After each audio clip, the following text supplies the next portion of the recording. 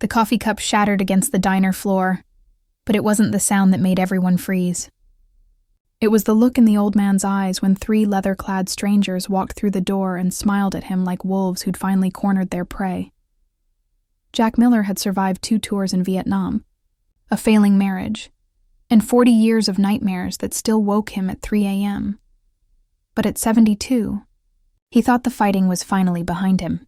He'd built a quiet life in this small Pennsylvania town, a rented room above the hardware store, morning coffee at Rosie's Diner, and Friday night poker with men who didn't ask about the scars on his hands. The war had taken his youth, but it had also taught him something precious: how to disappear into ordinary days, how to find peace in the rhythm of nothing remarkable happening at all. He wore the same flannel jacket every morning, ordered the same black coffee with 2 sugars, and sat at the same corner booth where sunlight pooled across the worn vinyl seat. To anyone watching, Jack Miller was just another invisible old man counting down his remaining seasons. But that morning, as frost melted on the diner windows and the smell of bacon filled the air, Jack's hands trembled slightly as he lifted his cup, not from age, but from the letter that had arrived 3 days ago, unsigned, with just 5 words scrawled in angry ink. "We know where you are." He didn't know that within an hour, his quiet anonymity would shatter, and that the sound of 50 motorcycle engines would either save his life or end it. The 3 men who entered Rosie's Diner weren't customers. They moved with the casual menace of people who'd never been told no, their boots heavy on the checkerboard floor, tattoos crawling up their necks like dark vines. The tallest one, shaved head, snake eyes, walked straight to Jack's booth and sat down without asking, his breath smelling of stale cigarettes and morning whiskey. "Jack Miller," he said, not as a question but as a statement of ownership. "You're a hard man to find. But my uncle, he never forgot your face." Jack's spine went rigid, his coffee cup suspended halfway to his lips. The name came back to him instantly, rising from the mud of decades: Tommy Reeves. 1971, Saigon. A supply sergeant who'd been selling American weapons to the enemy, getting Marines killed for profit. Jack had turned him in, testified, watched him get dishonorably discharged and sentenced to military prison. He'd done the right thing, the only thing.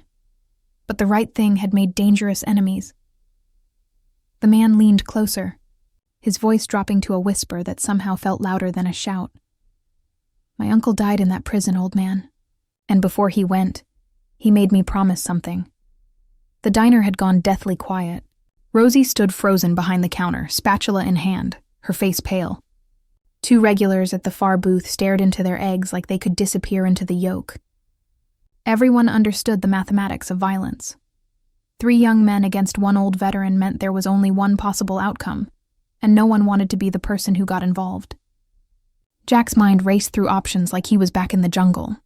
Exit routes, weapons within reach, angles of attack.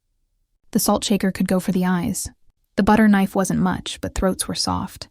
But his hands weren't what they used to be, and his heart was 72 years tired. The man's companions had positioned themselves by the door and near the kitchen, professional, practiced. This wasn't their first time.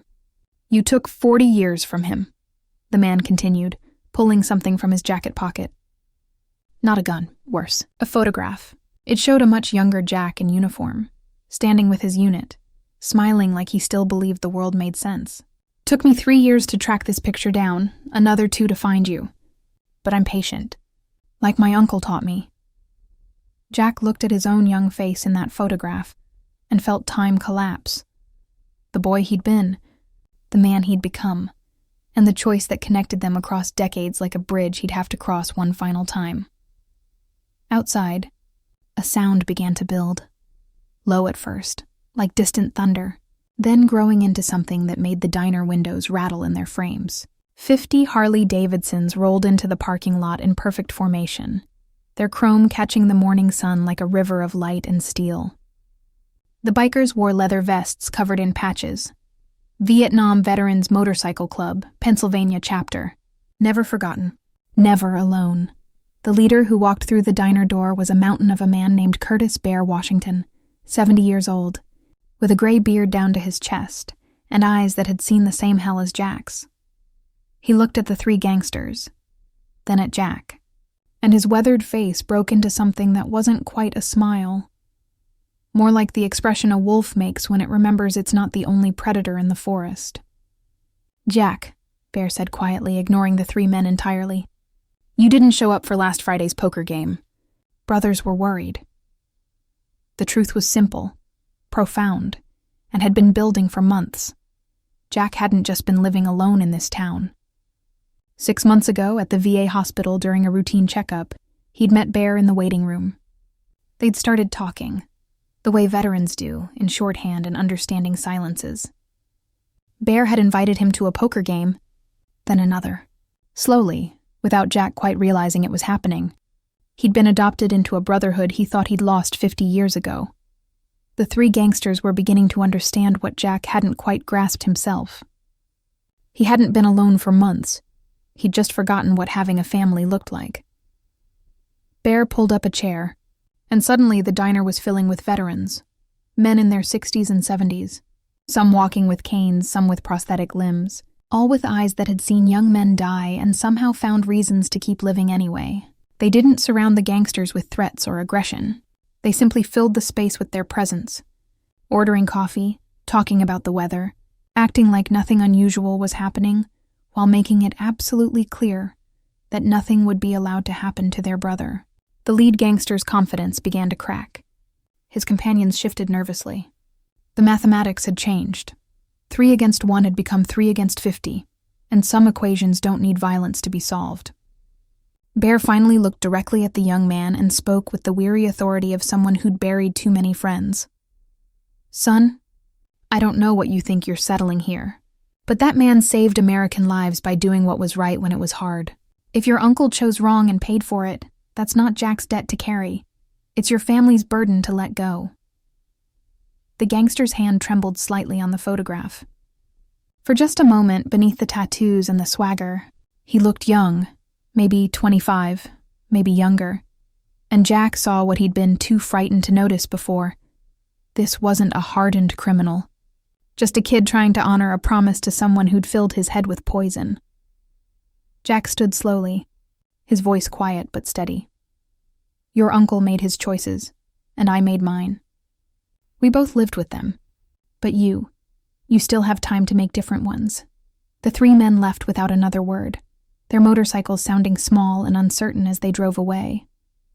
Jack stood surrounded by his brothers as morning light streamed through the diner windows, and for the first time in 50 years, he understood something profound. The war had taken his youth, but it had also given him something that never expires. The knowledge that some bonds, once forged in fire, never truly break.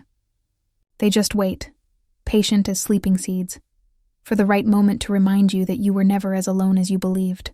Rosie brought fresh coffee for everyone, refusing payment, her hands still shaking slightly but her smile genuine.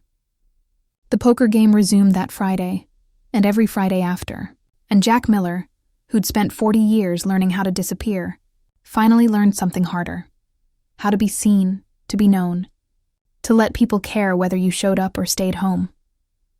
Sometimes the family you need isn't the one you were born into. It's the one that rides 50 strong when danger comes calling. Because brothers never let brothers stand alone.